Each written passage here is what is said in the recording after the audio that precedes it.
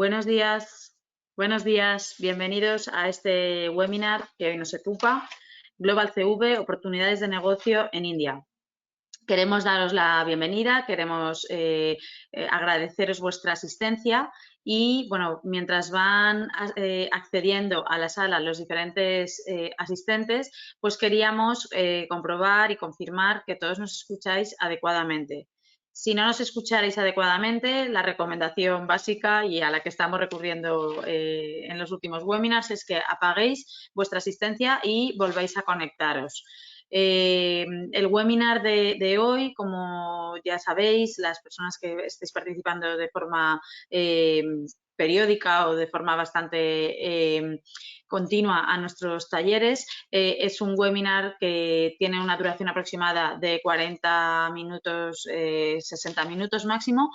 Y este webinar, como os he comentado, es en directo y podéis ir planteando y presentándoos las preguntas que os gustaría realizar tanto a los delegados, a los ponentes que hablan sobre la materia, como a las instituciones, a las personas que formamos parte de la organización de estos eventos.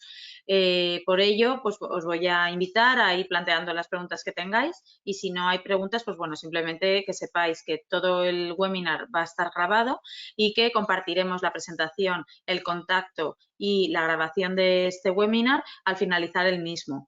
Me presento, soy María Montesinos, soy técnico del Departamento de Internacional de Cámara Valencia y nuevamente queremos reiterar y agradecer vuestra participación en este webinar y en todos los que estamos realizando a lo largo de este mes, todos relacionados con el tema de la internacionalización. En el caso del webinar de hoy hablamos sobre la realidad del mercado de India, un mercado con una proyección interesantísima. Salen todos los informes que emiten las grandes organizaciones, los grandes organismos a nivel mundial, la OMC, Naciones Unidas. Es un país tremendamente interesante, con un potencial grande. Es verdad que existen una serie de debilidades que después compartiremos, pero que, bueno, pues que nos gustaría que lo considerarais para vuestras futuras acciones.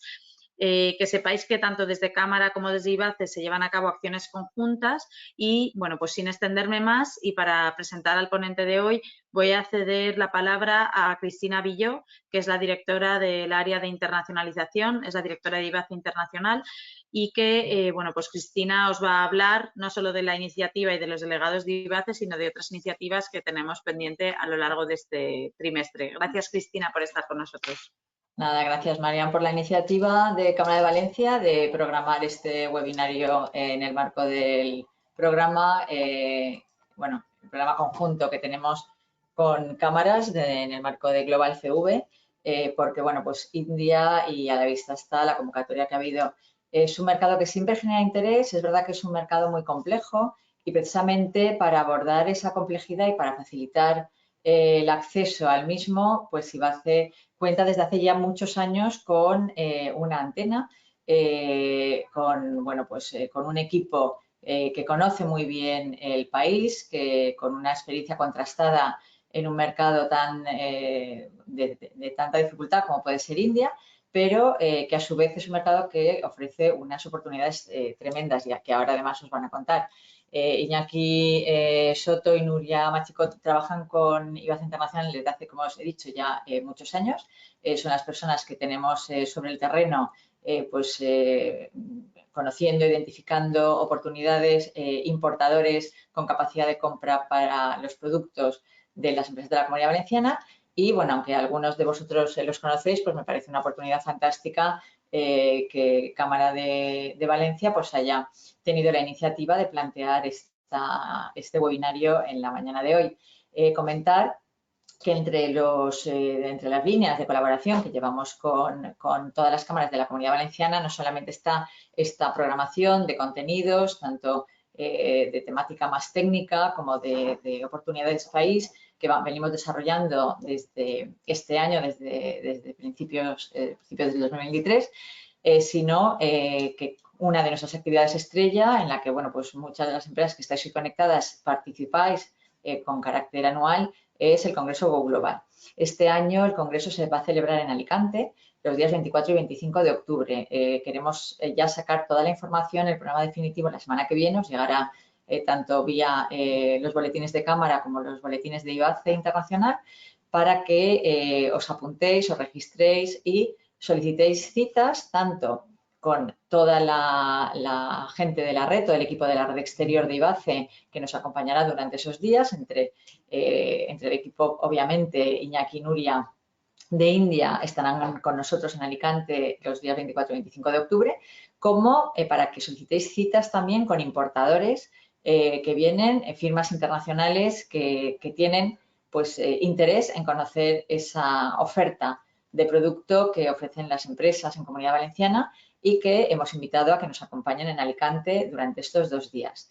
Entonces, bueno, estar un poco pendientes de la convocatoria y de la información de Go Global para poder solicitar cita con tiempo. También os avanzo, si hay alguna empresa que después de las palabras de la información que os faciliten a lo largo del webinario de hoy, quisierais solicitar también un B2B con Nuria y con Iñaki, a partir de que termine el webinario lo podéis solicitar tanto por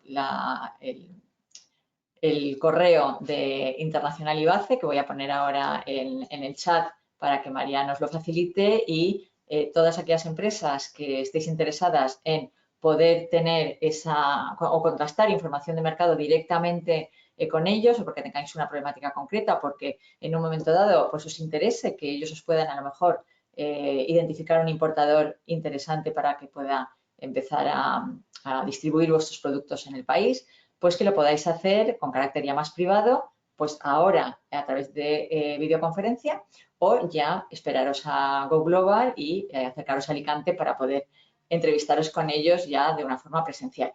Entonces, bueno, yo no me voy a extender más, le voy a pasar ahora el correo de IBACE Internacional a Marian para que ella lo facilite a través del chat, y quien queráis solicitar poder tener una reunión con IBACE India a lo largo de estos días y antes del mes de octubre, pues lo podéis hacer, y así poder avanzar también con ellos cualquier posibilidad o información de mercado que resulte de interés. Bueno, yo sin más, porque os iremos informando de nuevas actividades. Si queréis, doy entrada a Iñaki. No sé si vais a estar los dos, va a estar Iñaki solo, Iñaki Soto, para que... Muy bien. Vas a estar tú, ¿no? En la presentación y Nuria. Estáis los dos, perfecto. Pues bueno, este es el equipo de IBACE en India, y bueno, pues serán entre Iñaki y Nuria quienes un poco os cuenten más de primera mano qué oportunidades ofrece el mercado indio para las empresas que estáis hoy presentes detrás de la cámara, pero presentes y conectadas. Pues sin más, pues os cedo la palabra y todo vuestro. Muchas gracias, Cristina. Muchas gracias también, María Ángeles, por la introducción. Para nosotros es un placer estar otra vez con vosotros, con las empresas valencianas, y acercar las principales oportunidades que presenta el mercado de India en estos momentos. En primer momento vamos a empezar hablando de la población. Qué duda cabe que es un dato totalmente importante si queremos hablar de un mercado como India. Estamos hablando de 1.400 millones de habitantes. En estos momentos el país más poblado del mundo. Este año ha pasado a China. La tasa de natalidad, tasa de crecimiento en India es de 1,2% anual, es un poquito superior a China, y esto es lo que ha facilitado este año que se haya superado. India tiene una densidad de población altísima, estamos hablando de 421 habitantes por kilómetro cuadrado, es decir, unas 5 veces la densidad de España. Nos gusta muchas veces dar como estos dos datos entre España, India o entre otros países también, un poco para que podáis valorar y para que podáis tener un punto de referencia. Seguimos en esta slide hablando un poco de la población, para que podáis dimensionar la inmensidad de este mercado. Estamos hablando que 1 de cada 6 personas en el mundo es India. Además, si tenemos en cuenta dónde está ubicada India en estos momentos, está ubicada en la zona Asia-Pacífica, vemos que en términos de población esta zona representa las 2/3 partes de la población mundial. Es decir, que de cada 6 personas en el mundo, 4 estarían ubicadas en la zona Asia-Pacífico. Con lo cual, un poco como conclusión a esta parte, a lo que hemos comentado hasta ahora, lo que nos gustaría es que tengan claro que el potencial en cuanto a población está en esa zona, en Asia-Pacífico y, como no, en India. Pasamos. En cuanto a la pirámide poblacional, ¿qué podemos decir?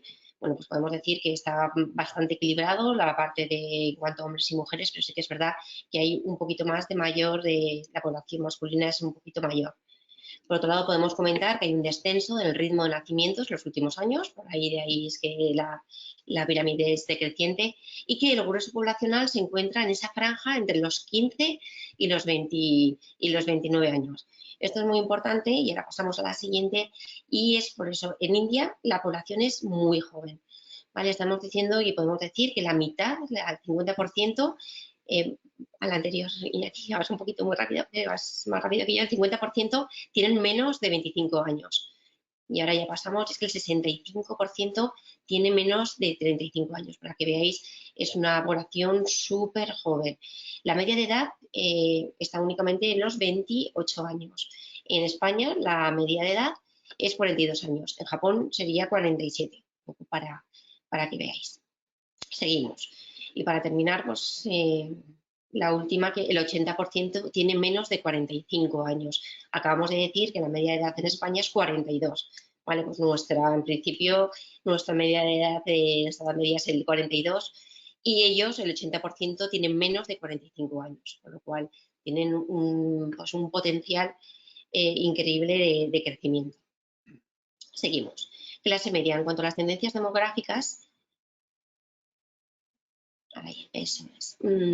La clase media alta en India está en continuo crecimiento y nos vamos a focalizar porque creemos que es una clase, que es un segmento de la sociedad que es muy interesante para todos los bienes de consumo de todas las empresas valencianas.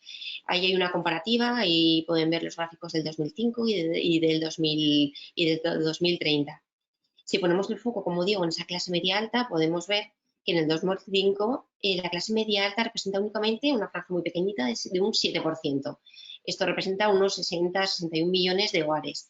En cambio, la proyección en el 2030, lo que se espera es que esta clase media que alcance un 44% del total. Vamos a pasar de un 7% a un 44%. Este 44% representará 168 millones de hogares.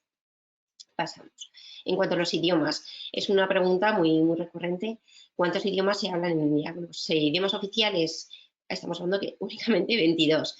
India es un estado federal y como tal va a tener 28 estados, pero luego también tiene 8 estados de la Unión, que son como estados pequeñitos, como Delhi, que es en sí mismo un estado de la Unión. Muchos de estos estados tienen su propio idioma. ¿Cuál es el idioma de estos 22 idiomas oficiales? ¿Cuál es el que más se habla? Pues obviamente, seguro que muchos de ustedes ya lo saben, pero es el hindi. El hindi no se habla en todos los estados, ni mucho menos, pero sí que es verdad que es el que se habla en la mayor parte de ellos. Vemos que en la zona norte, en la zona central, en esos estados coloreados en morado, es donde se habla el hindi. Pero cuidado, es lo que hemos comentado, no en todos los estados se entiende ni se habla el hindi. Pasamos.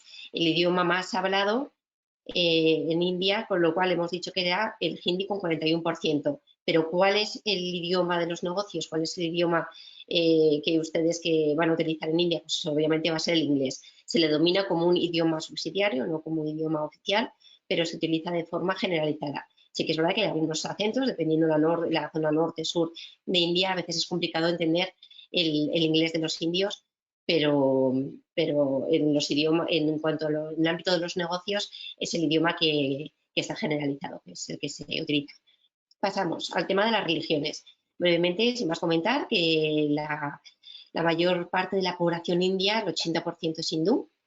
Luego encontraríamos un 14% únicamente que es musulmana y un 2% muy pequeño, muy minoritario, sería cristiano.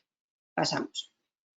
Hemos dicho que hay 1.420 millones de personas, pero ¿dónde viven? ¿Cómo viven en India? El 65% están viviendo por ahora en la zona rural y se dedican principalmente a la agricultura, con lo cual quizás en esto no queremos poner el foco. Nosotros nuestro foco es en la población urbana, en ese 35% que vive en las ciudades y que lo más importante y lo más reseñable es que no deja de crecer. La población urbana es muy relevante en el PIB nacional indio, ya que representa el 60% del mismo. Pasamos.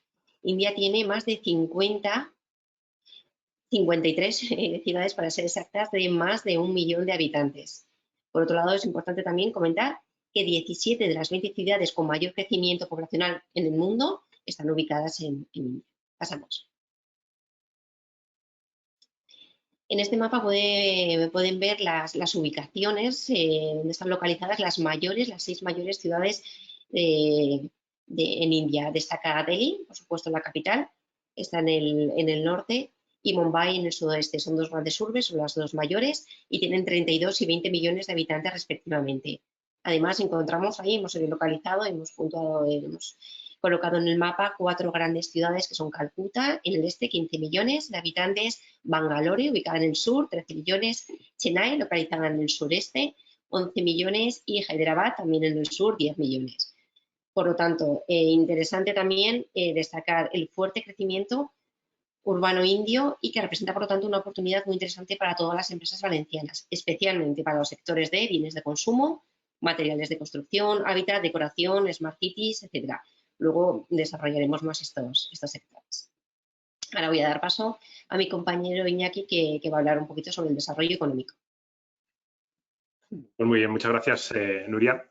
Bueno, y así del chascarrillo, añado que esos 23 idiomas encima se pueden hablar en el Parlamento, con lo cual también ellos tienen sus pinganillos, ya que estos días está de moda este tema, pues allí son 23 idiomas. Bueno, en cuanto a la economía, pues un poco lo que ha dicho ya Marian, ¿no? Está en boca de todos, perdón, el crecimiento que está teniendo India y la relevancia que está cogiendo la economía india en el panorama mundial.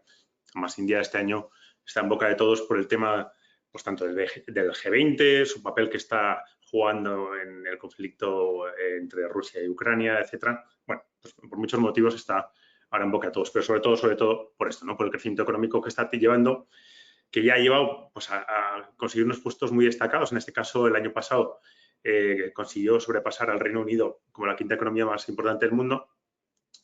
Y encima tuvo su puntillo, ¿no?, de relevancia, porque el año pasado precisamente India celebraba el 75 aniversario de la independencia del Reino Unido y justo coincidió con el año en el que adelanta el Reino Unido, digamos, en poder, ¿no?, en el poder económico dentro del orden mundial. Por supuestísimo, hay que verlo todo en el contexto debido, ¿no? Estamos hablando que tiene una riqueza acumulada nacional determinada, pero cuando lo repartes entre 1.400 millones de habitantes, pues el PIB per cápita pues, está en el entorno de los $2.000 más o menos. Que obviamente, pues entonces no es la 5ª economía, ¿no? Pero bueno, aun y todo sí que es cierto que la capacidad económica es la que es. Y está a punto, de hecho, de capturar creo es a Japón y Alemania como 4ª y 3ª economía mundial, de forma que dentro de, me parece, son 3 años se prevé que va a estar en el 3er puesto ya, tan solo detrás de China y de Estados Unidos. Un poco lo que hemos hablado, ¿no? Las previsiones de crecimiento muy por encima del resto de economías del mundo, y no solamente las previsiones de crecimiento de este año. Esto es lo que viene siendo habitual ya desde el año 2020. La economía india fue la que mejor rebotó del COVID. Fue una economía que fue malamente afectada por el COVID porque pues decidieron confinar el país durante muchos meses para evitar la propagación de la epidemia, que luego pues, tampoco resultó ser una estrategia muy acertada, pero sí que posteriormente, una vez que la economía se volvió a abrir, pues el rebote fue muy importante y ha perdurado en el tiempo, ¿no? De hecho, como había dicho Marian, las previsiones de las oficinas de rating, el Banco Mundial, etcétera, para los próximos 3 años es que India vaya a ser la economía con mayor crecimiento, no solo este año, sino los próximos 3 años. Bueno, y ahora vamos a poner un poco India en el país, en el panorama geopolítico internacional, ¿no? Nuria lo ha dicho antes bien.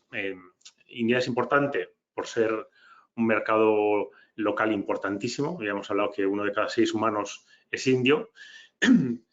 Y está en un área de influencia importantísima también, que es el área de Asia-Pacífico. Incluso si quisiéramos ampliarlo hacia el oeste, también podemos decir que todo Oriente Medio está muy influenciado por la economía india, ¿no? ¿Cómo se dirige India hacia este área de influencia? India durante los últimos años previos, digamos, casi al COVID, o vamos a poner 2021 como el final del COVID, había decidido tomar una política aislacionista. Bueno, India, si bien ahora cuando estamos viendo en los telediarios, etcétera, el papel de India así, no sé, como gran potencia emergente, etcétera, etcétera, hay que entender realmente qué tipo de dirigentes tiene, ¿no? El gobierno Modi desde el año 2014 está en el poder, 2019 es un mandato de 5 años, en 2019 fue reelegido todavía de una forma más abrumadora, con lo cual tiene un poder muy, muy fuerte, sin necesidad de alianzas, etcétera. El gobierno Modi inicialmente sí que intentó revestirse de un aura de aperturismo, etcétera, a distintas economías, pero la realidad es que no. Que desde el año 18-19 empezó a tener una clarísima orientación proteccionista y empezó a hacer cada vez más complicado hacer negocios en India, ¿no? De forma que, como ven ahí en el gráfico, en el año 2019 rompe con la gran alianza de Asia-Pacífico, con el RCP, saca nuevos programas como el Atmanirbhar Bharat, que viene a ser como India autosuficiente, India First, como el America First de Trump o de Bolsonaro, ¿no? Que son un poco los referentes internacionales que igual son más familiares para nosotros, ¿no?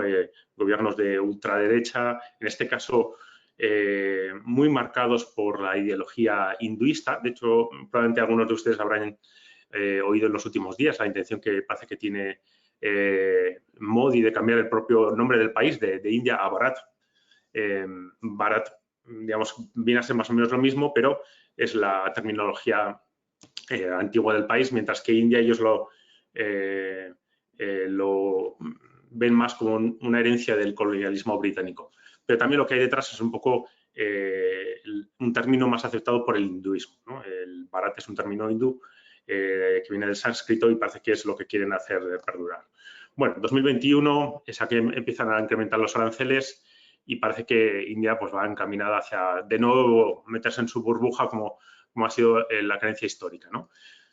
Pero de repente ven que las cosas cambian en el mundo. El conflicto del COVID, o sea, el conflicto de China, más lo que pasa con el COVID, las roturas de las cadenas de suministro que provienen de China, etcétera, etcétera, hace que de repente haya una gran oportunidad internacional para que India gane un peso específico en el mercado. Y lo entienden y de repente cambian la orientación y pasa a ser una prioridad para el gobierno indio empezar a hacer acuerdos de libre comercio con economías no solamente de las economías cercanas, que son las que ya tenían anteriormente, sino con economías realmente muy importantes, como el Reino Unido, Canadá, Emiratos Árabes, Australia, y ahora mismo está en negociación con la Unión Europea, que ya veremos si se lleva a término o no, pero si se lleva realmente a buen puerto, la implicación va a ser brutal, ¿no? El acceso a un mercado en el que ahora lo más difícil es salvar las barreras, tanto arancelarias como no arancelarias. Si esas barreras caen con un acuerdo de libre comercio, India tiene que ser casi una obligación, ¿no? Para cualquier empresa internacional, en este caso europea. Bueno, un poco lo que hemos hablado, ¿no? Los acuerdos existentes serán más bien acuerdos con países del entorno, más los que ya se han cerrado estos meses atrás, como pues el de Australia o Emiratos Árabes, y en el pipeline están pues la Unión Europea, Reino Unido, que se está negociando, pero parece que se han enquistado un poco, curiosamente, desde la entrada en el poder en el Reino Unido de un presidente de origen hindú. Con Canadá está también negociándose y con Israel parece que está bastante cerca.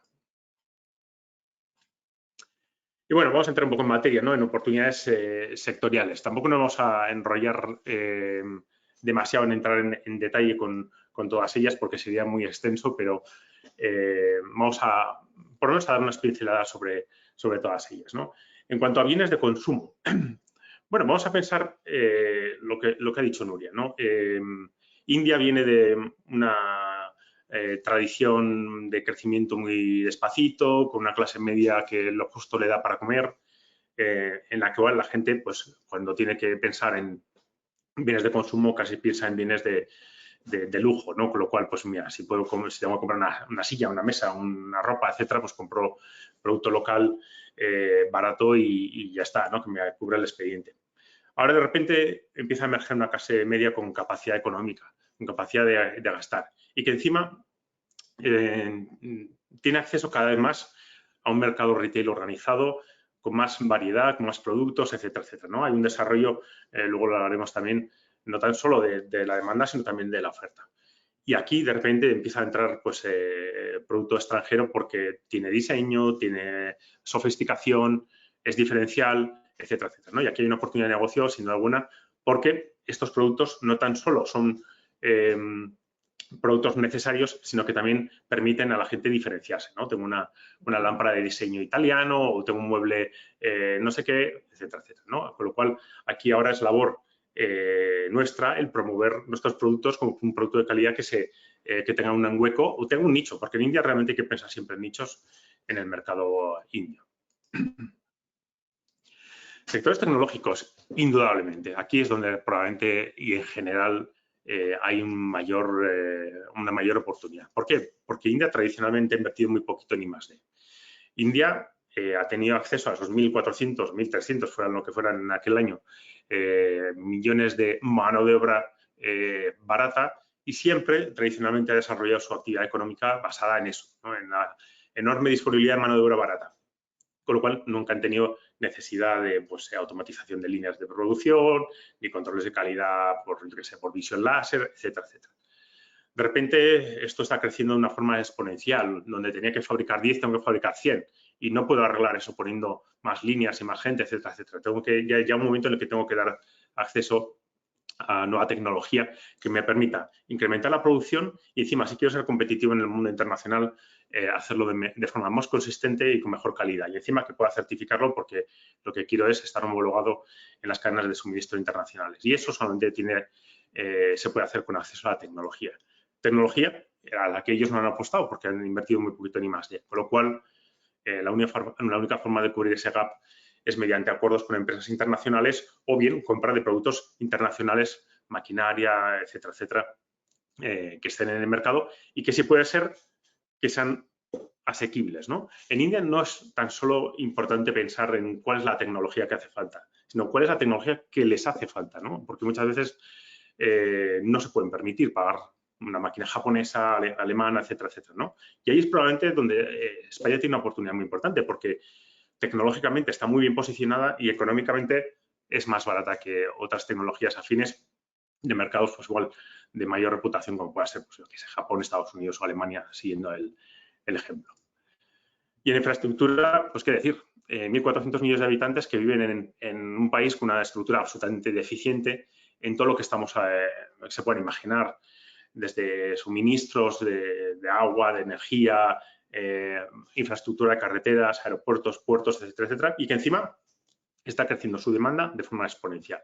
Quiere la gente viajar más, quiere poner un aparato de aire acondicionado más, lo cual necesita más energía, etcétera, etcétera, ¿no? Con lo cual, la inversión que tiene que hacer India en infraestructura en los años que vienen por delante es extraordinaria. Probablemente sin un parangón más allá de lo que ha podido ser igual China hace unos años, pero nada más, ¿no?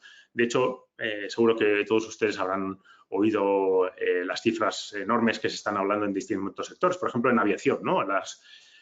India, a lo largo de este año 2023, ha firmado las 2 mayores operaciones de la historia de la humanidad en adquisición de aviones, ¿no? El primero fue en Air India, que ha sido adquirido por Tata, que compró una burrada de Airbus y de Boeing, no me acuerdo cuántos eran, y acto seguido fue Indigo, la pequeña empresa privada, entre comillas, que ahora mismo es la que tiene mayor cuota, la que ha comprado otra barbaridad de Airbus, y ambos no superando al otro en el número de aparatos adquiridos, con lo cual es tan solo una imagen de cuál es la demanda tecnológica que se está haciendo ahora mismo en India, ¿no? Y eso pues lleva consigo el desarrollo de aeropuertos, de comunicaciones, de radares, etcétera, etcétera, ¿no? De todo lo que viene consigo. En otros sectores, por ejemplo, en automoción, pues lo mismo, ¿no?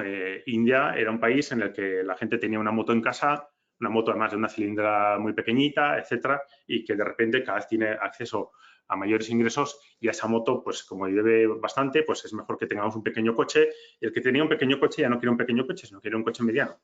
Y encima, si es posible, que tenga un montón de electrónica, etcétera, etcétera. Y el gobierno indio encima está promocionando que esos vehículos, si fuera posible, que no sean convencionales, sino que sean vehículos eléctricos. Todo esto está generando una revolución en el sector de automoción, una revolución de forma que hay veces que los planes son irreales, ¿no? Por ejemplo, en promoción de vehículo eléctrico, las cifras que se están manejando para el año 2030 o 2035 son astronómicas y probablemente imposibles de realizar, ¿no?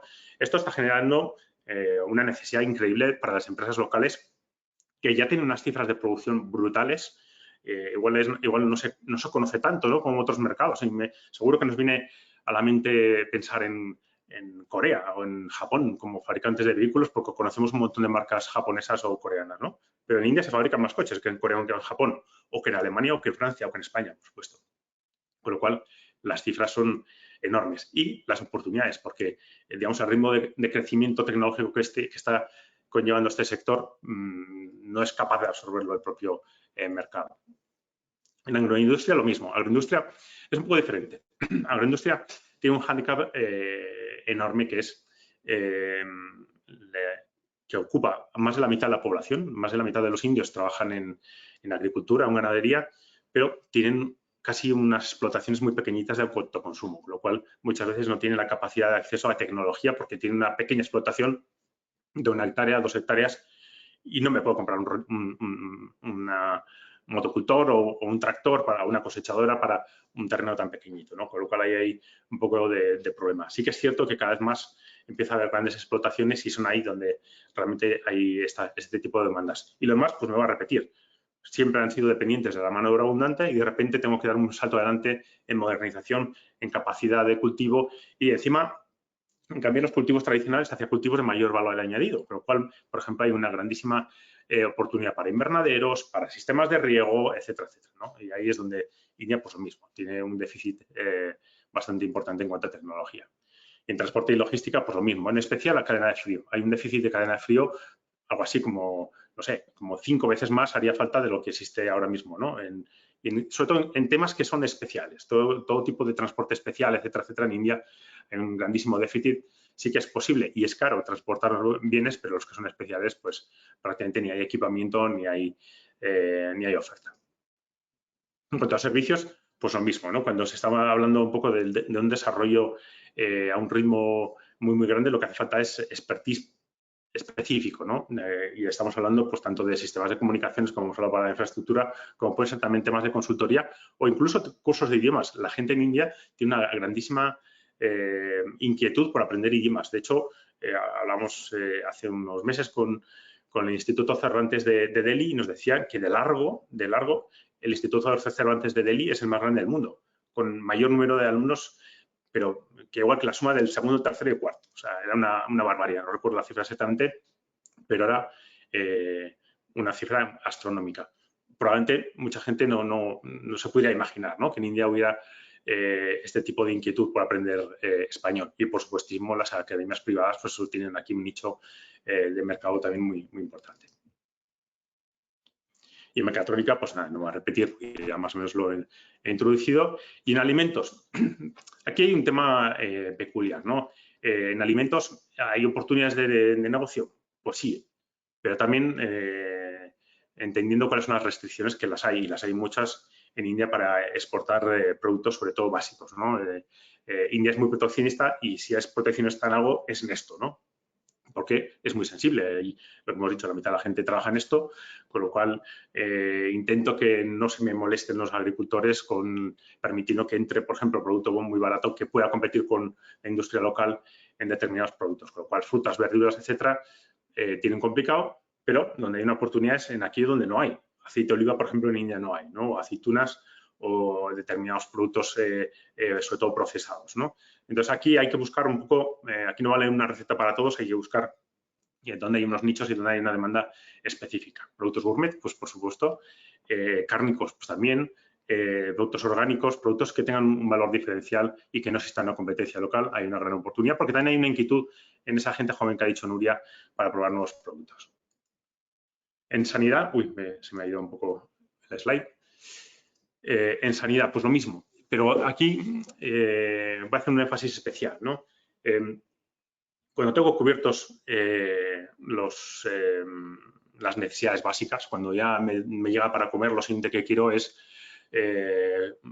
protegerme en el sentido de poder tener acceso a una buena sanidad y a una buena educación, ¿no? Hemos hablado ya de la educación igual anteriormente, y en la sanidad hay que entender que en India no hay una cobertura universal sanitaria, no hay la hay mínima, pero desde luego cualquier persona que se pueda permitir un poquito va a un hospital de pago. Y aquí hay un crecimiento exponencial de ese tipo de hospitales privados premium, medios y low cost, por así decirlo, ¿no? Que cubran todos los estratos sociales. Y esos hospitales demandan de muchísimo equipamiento, luego lo hablaremos, sanitario, que en India mayoritariamente más de un 80% se importa, con lo cual aquí hay una oportunidad de negocio enorme. Y ya le doy paso de nuevo a Nuria, que va a entrar en el sector agroalimentario en especial. Vale, bueno, pues comentaros, pasamos aquí, que India es el segundo productor mundial de productos agroalimentarios. Ahí está el sector primario, es muy importante en India, ya lo ha comentado Iñaki, en términos de población empleada, y es que está empleando el 50% de la población trabajadora en India. Este dato choca con el modesto porcentaje que este sector representa en el PIB nacional indio, ya que representa únicamente el 16%. India es el quinto mayor mercado de consumo y representa el 2% del mercado agroalimentario mundial. Pasamos. El 70% de la industria alimentaria en India pertenece al sector no organizado. Entonces, bueno, pues es un sector que se está desarrollando continuamente, pero no podemos olvidar de dónde estamos partiendo. Vale, entonces el 70% es no organizado.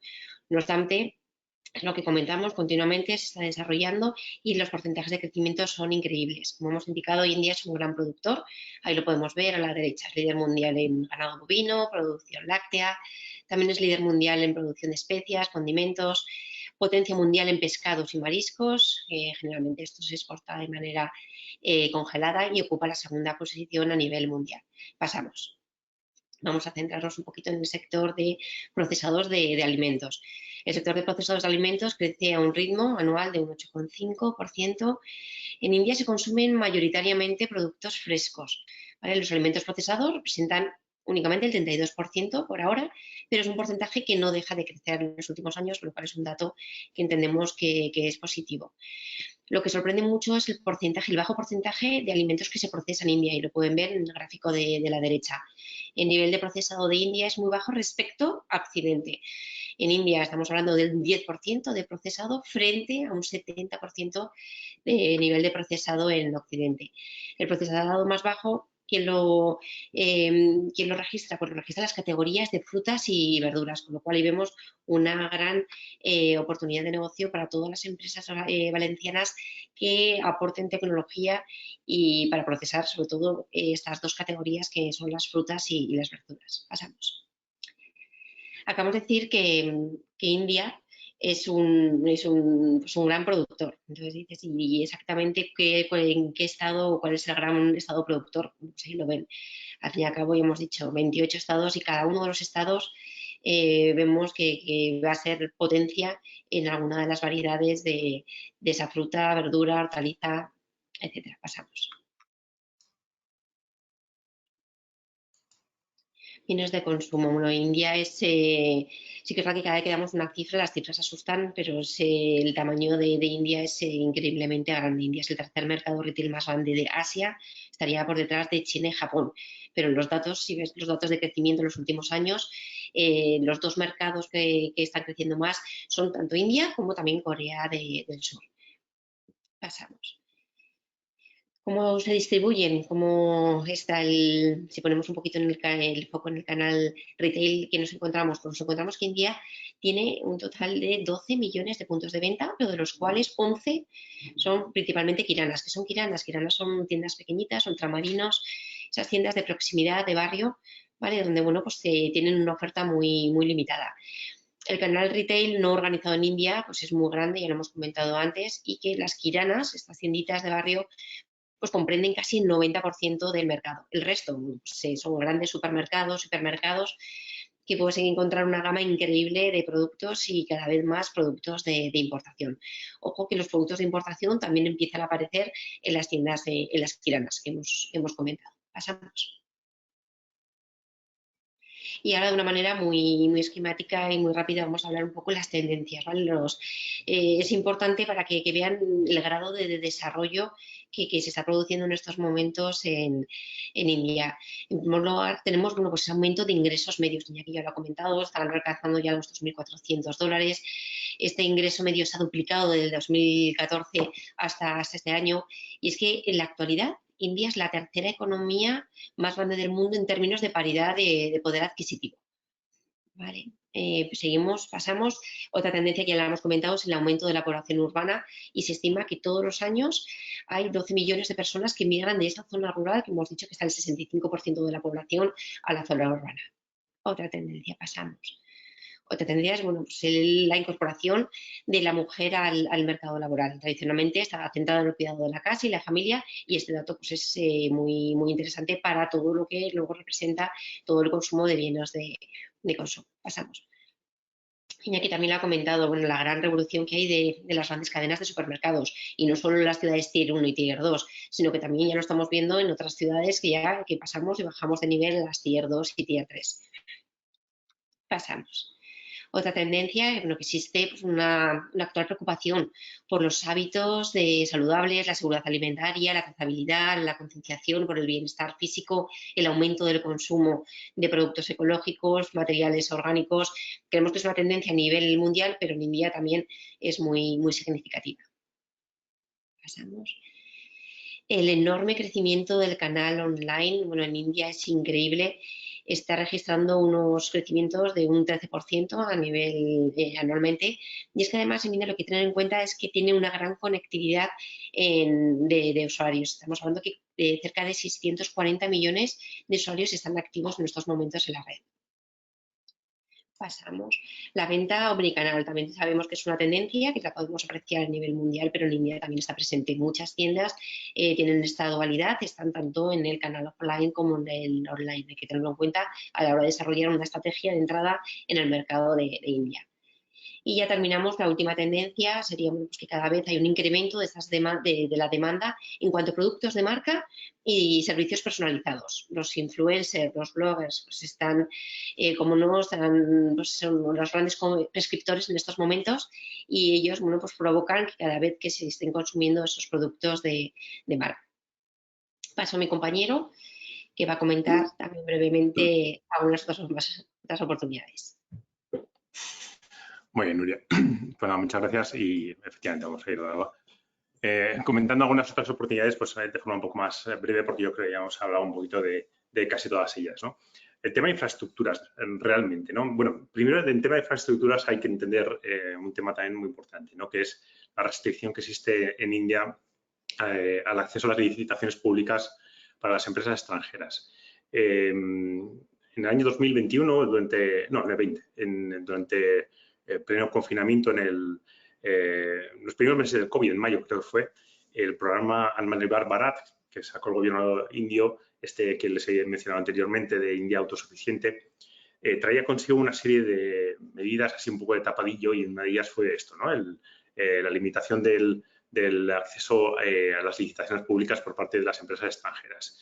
De forma que tan solo las empresas indias pueden acceder a las licitaciones de un importe menor de 20 millones de euros, y las empresas extranjeras sí que pueden acceder, pero solamente a las de mayor entidad, ¿no? Un puerto, un aeropuerto, una carretera, etcétera, etcétera. Con lo cual, las empresas que quieren acceder a pequeños contratos públicos tienen una doble opción: o intentar aliarse con un socio local, que sea él el que presente el proyecto y hacerlo de forma conjunta, o bien establecerse en India con capital 100% europeo, o en este caso español, y presentarse a la licitación ya como si fuera una empresa india. En este caso, pues estamos hablando pues la red de ferrocarriles o la de carreteras, como podemos hablar de puertos o aeropuertos, pues son, como ha dicho Nuria, siempre en India cifras astronómicas en cuanto a extensión, etcétera, y las cifras de capacidad añadida son enormes. En la red de ferrocarriles, por ejemplo, se está desarrollando una nueva línea de ferrocarriles dedicada para el transporte de mercancías, así a la vez también una nueva línea de transporte de ferrocarriles de alta velocidad, alta entre comillas, no lleva la nuestra, que además la está desarrollando Talgo entre Mumbai y Delhi, y va a seguir con otras ciudades que se van a ir añadiendo, ¿no? Grandísimos proyectos todos ellos. En cuanto a energía, un tema importantísimo.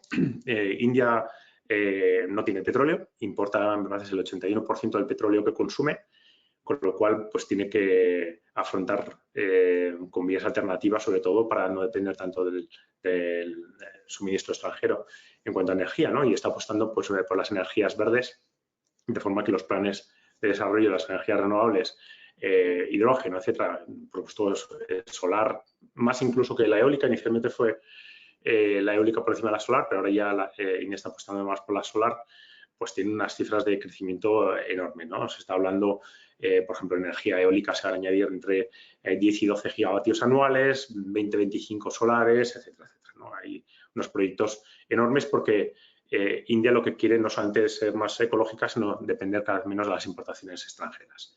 Y en cuanto a metros, comunicaciones, aeropuertos, pues ya lo hemos mencionado anteriormente.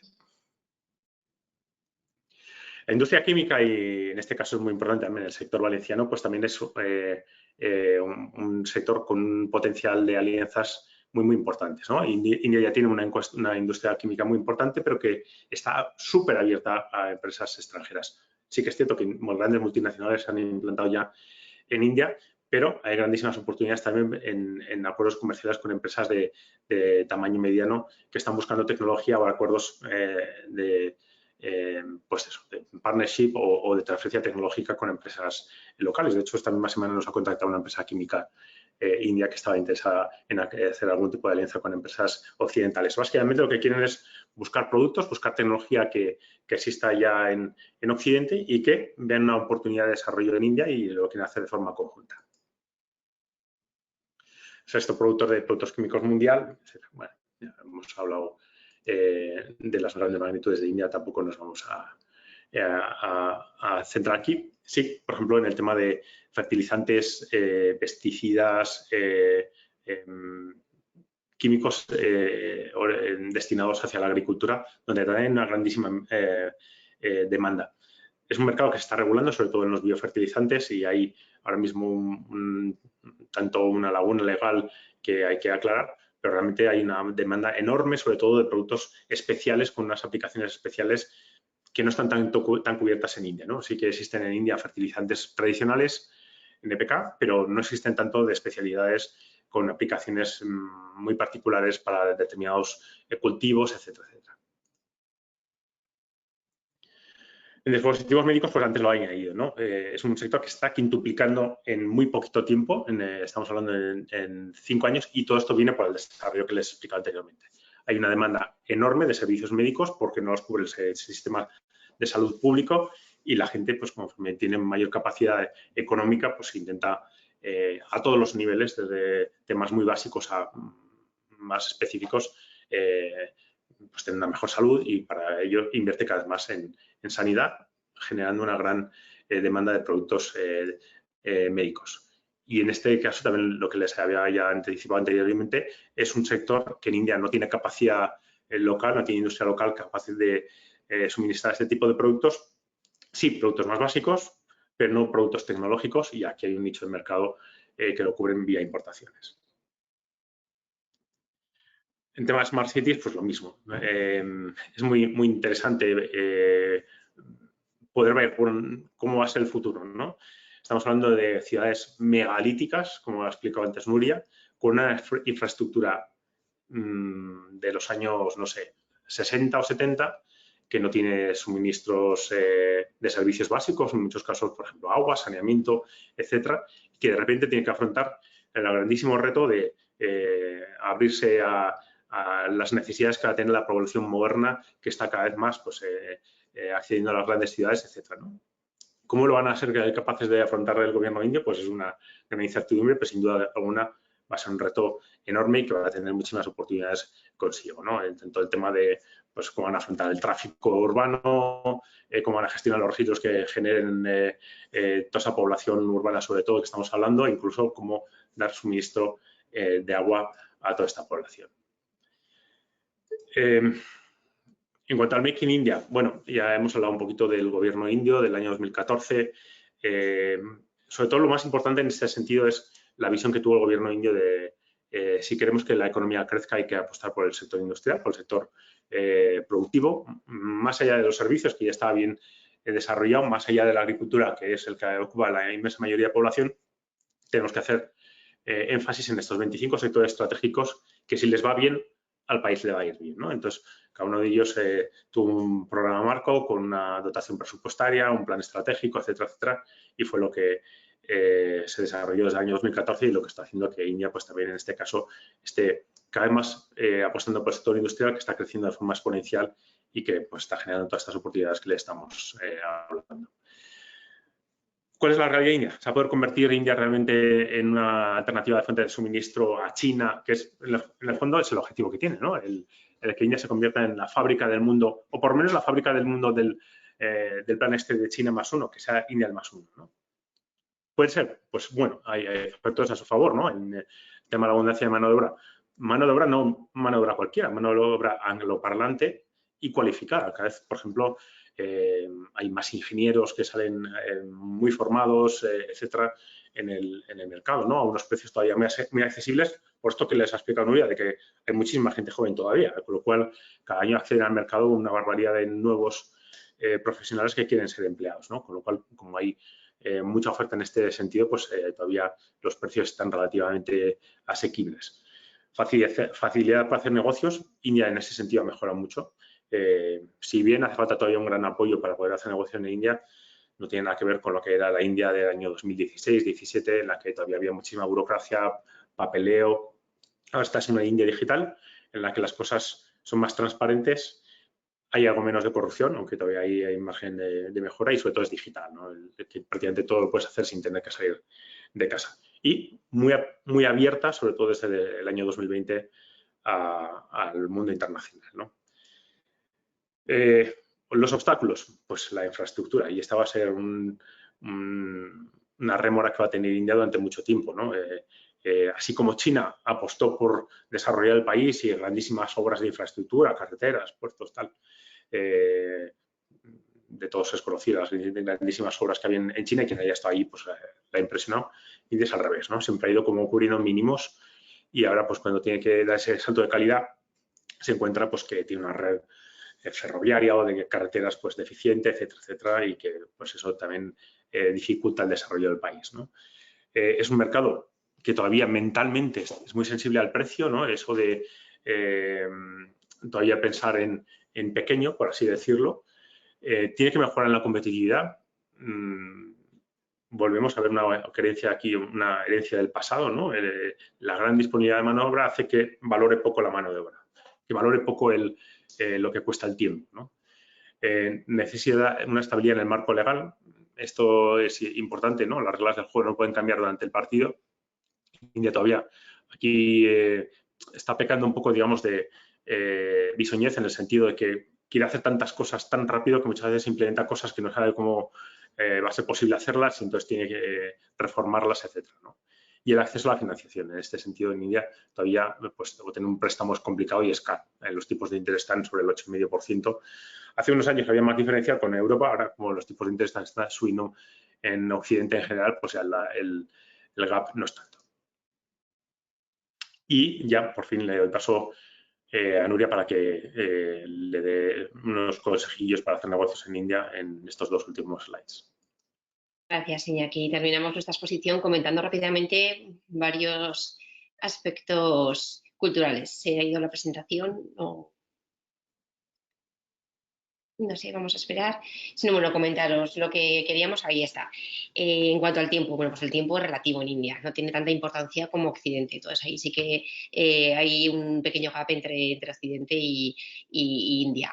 Los negocios llevan su propio ritmo en India, pueden tardar, con lo cual no hay que desesperarse, la paciencia es una buena compañera de viaje, vamos a tener esa paciencia como comentamos.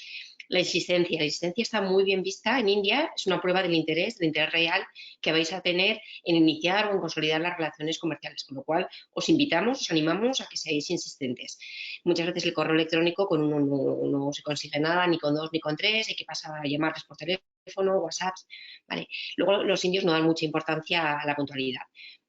En cuanto ya a la derecha paso, en cuanto a las negociaciones Las negociaciones son bastante desorganizadas, ¿vale? Se suelen interrumpir continuamente las reuniones. Los indios evitan dar respuestas directas. Cuidado con ellos, tampoco no son partidarios, no suelen utilizar el no, les cuesta muchísimo, con lo cual intentan, bueno, pues dar una serie de, pues una larga cambiada. Hay que saber volver a preguntar para intentar, bueno, pues si se tiene que obtener ese no, intentar obtenerlo de otra manera, pero no directamente con esa respuesta de no. Estar preparado también para estar y para responder preguntas personales. Les gusta, son muy curiosos, les gusta saber y conocer y ver cómo vivimos y cómo, pues, incluso no solo profesionalmente, sino familiarmente también aquí en Europa. Hay que evitar, desde luego, pues eso, las confrontaciones, hablar duro no funciona. Es importante construir, como decimos, esas relaciones a largo plazo. Entre ellos sí que es verdad que hay mucha jerarquía y podemos quizás apreciar y pues ver entre ellos que a veces no se tratan del todo bien. Muchas veces esa jerarquía, ese mando alto, es la manera un poco de establecer ahí su poder. Utilizando pues quizás un tono no muy recomendable. Desde luego nosotros no nos podemos poner al mismo nivel. Pasamos. Bueno, es muy importante el tema de la jerarquía en cualquier organización. Hay que identificar rápidamente quién es, hay que presentarse. Al indio le gusta saber en todo momento con quién está hablando. Rápidamente, pues eso te va a colocar en la jerarquía de la empresa. Es muy importante el intercambio de tarjetas, utiliza tipo a China, pues eso con las dos manos, es un poco una muestra de respeto hacia ellos. En cuanto a la cultura y la religión, bueno, pues qué duda cabe que las religiones son súper importantes, hay que ser súper respetuosos con el tema religioso, mejor evitarlo. El dress code, pues un dress code correcto, no hace falta nada americana, corbata. India es un país donde hace muchísimo calor, con lo cual el indio generalmente nos va a recibir únicamente con una camisa. Hay que evitar el contacto físico, no se suele dar 2 besos y la manera, pues, de introducirse es únicamente con la mano. Pasamos, yo creo que y únicamente ya antes de terminar y daros las gracias, es muy común en India utilizar este gesto, pero este gesto no es ni que sí ni que no, únicamente que te estoy escuchando, te estoy entendiendo, ¿vale? Con lo cual, cuando te hacen así este gesto tan simbólico de India, pues no interpretéis de que si es algo que se está aceptando algo, alguna propuesta, sino únicamente me lo estoy pensando, vamos a verlo. Y hasta aquí nuestra exposición, confiamos que haya sido interesante. Estamos a su disposición, como ha comentado antes Cristina, bien durante el Global, posteriormente después de este webinar, podemos mantener reuniones virtuales, estamos a vuestra disposición para cualquier matización, aclaración, duda que podáis tener. Le doy la palabra a la compañera de Cámara de Comercio de Valencia, María, cuando quieras. Muy bien, Nuria. Nada, gracias, Nuria, Iñaki. Una presentación muy interesante sobre la realidad del mercado. Hemos tratado muchos aspectos sobre los sectores de oportunidad y otras cuestiones. Y al hilo de este tema, del tema de sectores de oportunidad, Teresa Pastor nos plantea la pregunta de: me gustaría saber la opinión del interés en la India sobre vinos españoles ecológicos. Entonces, bueno, os cedo la palabra, pero yo creo que esto da pie a que mantengáis una entrevista ya más en profundidad para poderle analizar un poquito y darle una respuesta más precisa. Vale. Pues, si te parece, Nuria, ¿contesto? Contesto. Bueno, voy a contestar. Bueno, en general, primero hay que ver cuánto de receptivo es el mercado indio al alcohol en general. El alcohol en India tiene todavía una serie de connotaciones culturales y religiosas que están por superar, ¿no? Hay determinados partidos y creencias de pensamiento que, si bien una religión en concreto no prohíbe el alcohol, más allá de por ejemplo, en este caso, el Islam, la religión hindú no lo favorece, vamos a decirlo así, ¿no? Que no lo ve con buenos ojos. Esto lo que hace es que el consumo de alcohol en general no sea muy alto en India. Y el alcohol que se consume, como creencia de la tradición británica, más bien es alcohol de alta graduación. De forma que, en general, como consumo habitual de alcohol, más allá de alguna cerveza que se puede consumir, porque sí que hay producción local, el vino tiene un consumo muy bajito, muy bajito.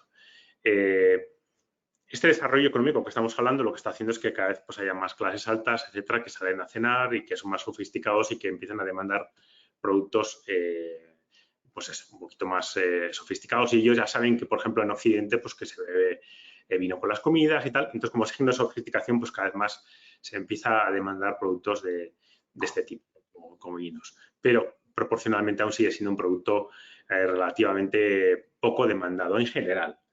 Si encima añadimos el matiz de que sea un vino ecológico, pues todavía el nicho es más pequeño, ¿no?